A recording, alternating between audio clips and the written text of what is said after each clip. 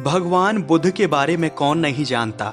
कहने को तो पूरी दुनिया महात्मा बुद्ध को जानती है, लेकिन हम आपको भगवान बुद्ध के द्वारा की गई एक ऐसी खोज के बारे में बताने जा रहे हैं जिसके बारे में जानकर आपका मन सुकून पाएगा। जी हाँ, इस भागदौड़ की जिंदगी में लगभग हर कोई थका हुआ है, लेकिन फिर भी भाग रहा है। कोई रोटी के लिए, कोई कपड़े के लिए, कोई जमीन जायदाद के लिए।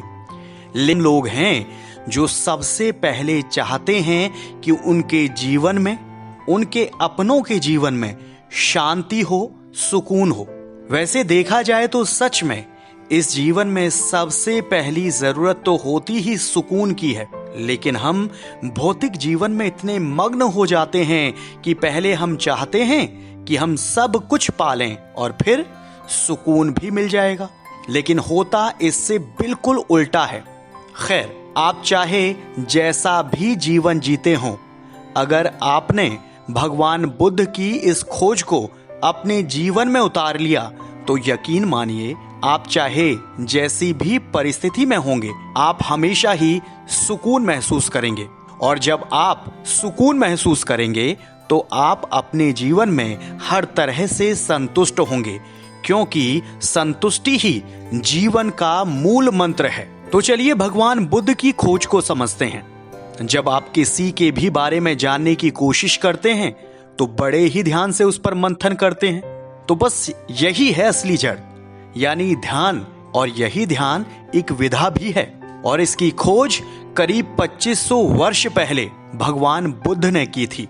और आज तक इस मेडिटेशन की वजह से ना जाने कितने ही लोगों की समस्याओं का समाधान हो रहा है। और सबसे बड़ी बात ये कि लोग तनाव मुक्त भी हो रहे हैं।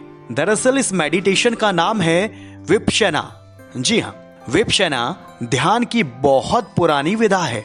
माना जाता है कि ऋग्वेद में भी इसका जिक्र है। इसके अलावा भगवान श्री कृष्ण ने भी गीता में विपश्यना की महिमा का बखान किया है। विपश्यना लोगों को भूत और भविष्य की चिंता से निकालकर वर्तमान में जीवन जीना सिखाती है। इसके नियमित अभ्यास से व्यक्ति का चंचल मन उसके काबू में आने लगता है और व्यक्ति हर परिस्थिति में समभाव से रहना सीख जाता है। वो हर परिस्थिति में खुद को संभालने की कला सीख जाता है।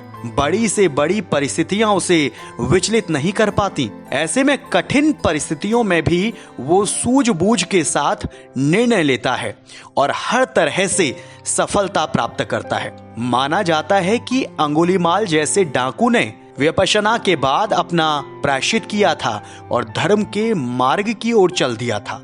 बताया जाता है कि दिल्ली के सीएम अरविंद केजरीवाल हर साल अपने अंदर नई ऊर्जा भरने के लिए विपश्यना के लिए शिविर में जाते हैं। और कहा यह भी जाता है कि वर्ष 1994 में जब किरण बेदी को तिहाड़ जेल का महानिरीक्षक बनाया गया था, तब उन्होंने वहां के कैदियों के सुधार के लिए बहुत सारे काम किए थे। किरण बेदी ने कैदियों को तिहाड़ जेल में विपश्यना करवाया। कुल मिलाकर विपश्यना बड़ा ही सीधा सरल प्रयोग है जो आपकी श्वास से जुड़ा है। अपनी आती जाती श्वास के प्रति साक्षी भाव।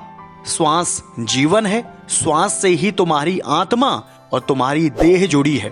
श्वास सेतु है। इस पार देह है और उस पार कुछ नहीं, कुछ भी नहीं। ओम शांति।